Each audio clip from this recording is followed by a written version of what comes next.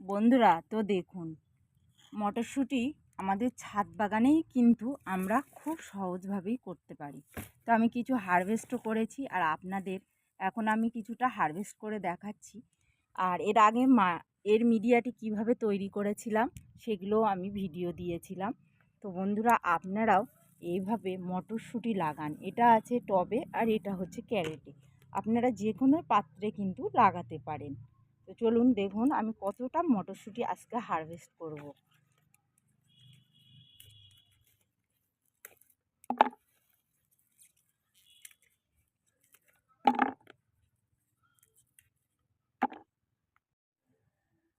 তো দেখুন বন্ধুরা, আমি কতটা মটরশুঁটি হারভেস্ট করেছি, আর কিছুটা আমি এখন রেখেও দেব, আবার পরবর্তীতে হারভেস্ট করব।